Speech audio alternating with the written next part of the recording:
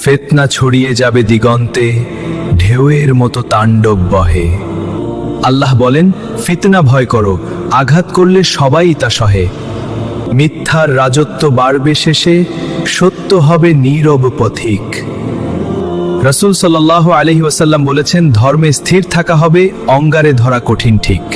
মানুষ উঠবে সকাল মুমিন, রাতে হবে কাফের হয়ে। দুনিয়ার বিনিময়ে ঈমান বিকায়, নবী সাল্লাল্লাহু আলাইহি ওয়াসাল্লাম সতর্ক করেন কবেকে। দাজ্জালের ফিতনা হবে প্রলয়, চোখে লাগবে সত্যের ছায়া। রাসূল সাল্লাল্লাহু আলাইহি ওয়াসাল্লাম বলেছেন, তার পরীক্ষা সকল যুগের কঠিন মায়া। হারাম হবে হালাল মনে, সুদ ছড়িয়ে যাবে ঘরে ঘরে। কুরআন বলে, আল্লাহ সুদকে করেন ধ্বংস শেষ যুগের ক্ষয়তরে। বিশ্বস্ততায় বিশ্বাস যাবে, আমানত হবে বেচা বিক্রি। নবী সাল্লাল্লাহু আলাইহি ওয়াসাল্লাম বলেছেন, খিয়ানত বাড়বে, নেতা হবে অযোগ্য ব্যক্তি। গায়েবের খবর দেবে মানুষ, অজ্ঞ নেতৃত্ব পাবে মান।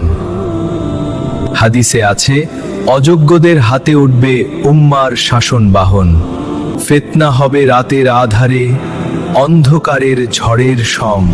নবী সাল্লাল্লাহু আলাইহি ওয়াসাল্লাম বলেছেন, তুমি ঈমান আঁকড়ে ধরো, দাঁত দিয়ে ধরো তা ফার্মলি জ্যান।